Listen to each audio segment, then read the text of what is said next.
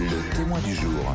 Et justement, on continue à évoquer l'Ukraine parce qu'il y a ceux qui tentent de fuir l'Ukraine et il y a ceux qui, ici, en France, décident de se lever pour partir là-bas aux côtés des Ukrainiens. C'est votre cas, Esak Balouch, bonjour. Bonjour madame. Vous êtes en Côte d'Or et vous avez décidé d'aller rejoindre l'Ukraine. Vous avez même monté une association qui s'appelle Routes sans frontières. Pourquoi vous? Pourquoi y aller? Pourquoi maintenant? J'y vais là-bas avec nos amis français pour combattre à côté de nos résistants ukrainiens. Et notre action s'appelle la caravane internationale des résistants volontaires pour l'Ukraine.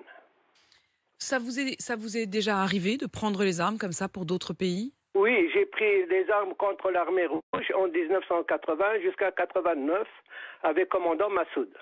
Vous viviez à l'époque en Afghanistan? J'ai habité en France. J'étais marié, je suis toujours marié avec Jacqueline. Donc, je suis parti de la France pour aider la résistance afghane. Vous étiez parti pour aller combattre, vous êtes revenu en France, vous vivez en France depuis des années, vous êtes en Côte d'Or, c'est bien ça, hein, Esak. Et aujourd'hui, vous vous dites, je dois aller les aider. Vous ne partirez pas seul, vous avez commencé à réunir d'autres gens qui, comme vous, sont volontaires. L'appel, vous avez entendu aussi l'appel, évidemment, du président ukrainien, qui appelle à fonder, je cite, une forme de légion internationale. Il appelle le président Zelensky à combattre et à porter les étrangers dans la résistance aux occupants russes. Et il ressemble beaucoup au commandant Massoud. Je l'estime beaucoup. S'il est courageux, comme notre président de la République, Emmanuel Macron, ils sont courageux, ils sont jeunes, et ils n'ont pas peur de l'armée soviétique, l'armée de Poutine. Donc, je suis fier d'eux et je suis très content que lorsque nous arrivons à la frontière, ils vont nous donner des armes et des munitions pour combattre l'armée de Poutine. Mais vous partez quand? Avec qui? Comment? Nous attendons donc pour nous organiser parce qu'on était donc actuellement une vingtaine de personnes et j'attends d'autres amis qui vont nous joindre. Mais vous allez partir sans aucune... Il y a un de nos auditeurs qui a appelé tout à l'heure et qui s'inquiétait pour vous et pour tous ceux qui décident de partir. Il disait ils ne seront protégés par aucune règle, par aucun droit. Si vous vous retrouvez là-bas à devoir combattre de manière isolée, prendre les armes de manière spontanée, il disait ça ne s'improvise pas. C'est vrai que ça... Mais j'ai déjà informé le Quai d'Orsay. Oui. Qu'est-ce qu'ils vous disent?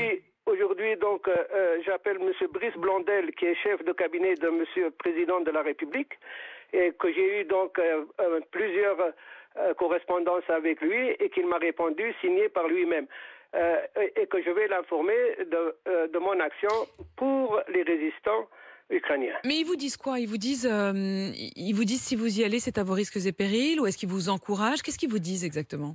Écoutez, d'abord, je l'informe. J'ai informé déjà Quai d'Orsay par France Info. Et maintenant, donc, je voudrais le voir personnellement et dire l'action que je mène là-bas. Est-ce que vous estimez que c'est à vous d'y aller et non pas au... Est-ce que vous y allez parce que nos soldats n'y vont pas? J'y vais parce que c'est mon devoir pour la liberté. Pour vous, c'est une évidence? Absolument. J'ai combattu l'armée rouge pendant 9 ans et nous étions donc gagnants. Et maintenant, je vais là-bas pour les encourager, pour dire que l'armée de Poutine, devant la volonté du peuple ukrainien et ses amis, c'est rien de tout. Et ça que vous le disiez, vous êtes marié à une Française, Jacqueline. Qu'est-ce qu'elle vous dit, votre femme? Ma femme, elle est très inquiète parce qu'il me dit que j'ai 73 ans et que c'est pas à moi d'aller. Mais des fois, elle me dit, vas-y, parce que c'est ton devoir. Qu'est-ce que tu vas dire à tes petits-enfants lorsqu'ils vont grandir? Par exemple, Manel ressemble beaucoup à une Ukrainienne. Elle est blonde, ma petite fille. Donc, j'y vais pour eux, pour les enfants. Vous y allez pour eux et en même temps, vous y allez en prenant de gros risques. Pierrick Bonneau, une question pour vous. Et ça, quel est le profil des gens qui vont vous accompagner pour aller combattre? Qui sont-ils?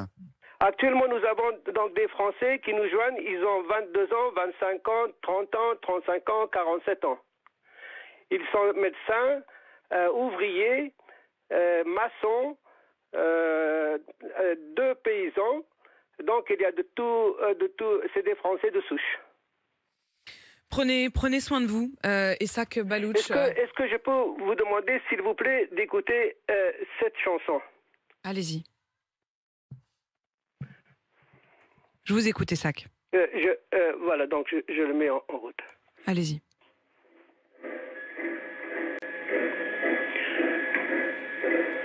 Qu'est-ce que c'est ça, Essak Baloutch? Pardon. Qu'est-ce que c'est cette musique? C'est le chant des partisans. Le chant des partisans, la musique de ralliement des résistants.